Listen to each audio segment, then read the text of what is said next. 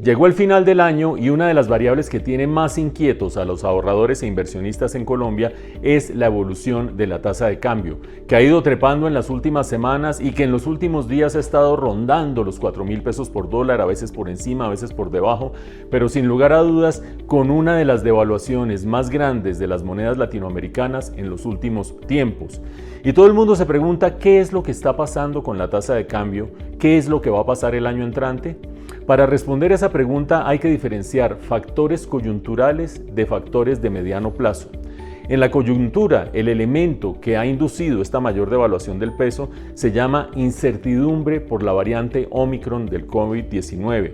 Todos sabemos que esa variante ha generado una gran inquietud en la comunidad científica porque se sospecha que puede ser más contagiosa que la variante Delta, que es dominante hoy en muchos países del mundo, más letal que la variante Delta e incluso se sospecha que podría llegar a burlar las vacunas que existen hoy en el mercado.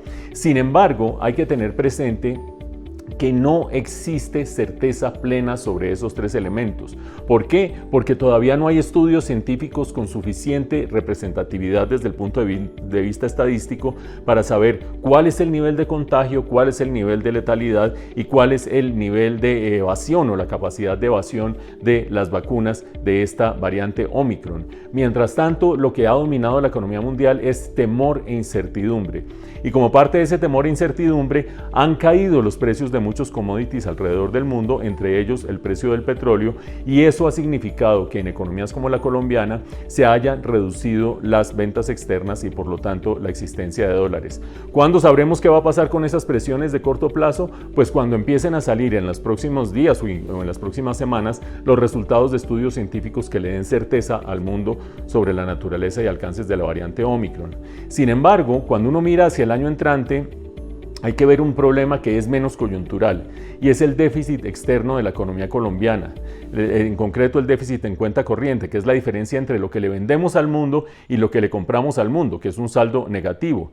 En el tercer trimestre de este año, datos que se acaban de conocer, ese déficit externo, ese déficit en cuenta corriente alcanzó 6,4% del Producto Interno Bruto. ¿Qué es eso? Eso es una cifra, un descuadre que no se veía desde el año 2015. Y recuerden ustedes que en el año 2015 estábamos sufriendo los rigores de la reciente caída del precio del petróleo.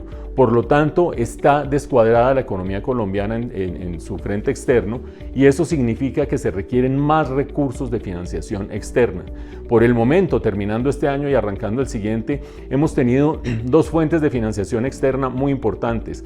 Uno, el crédito que tomó Ecopetrol para poder hacerse a una posición controlante en ISA y otro, los recursos que el Fondo Monetario Internacional le ha dado a distintos países del mundo, a todos sus países socios, de los cuales una parte le correspondió al Banco de la República y que son recursos con los cuales el Banco de la República ha comprado títulos de deuda del mercado secundario del gobierno. El gobierno está trayendo poco a poco esos recursos y eso significa fuentes de financiación para ese déficit externo.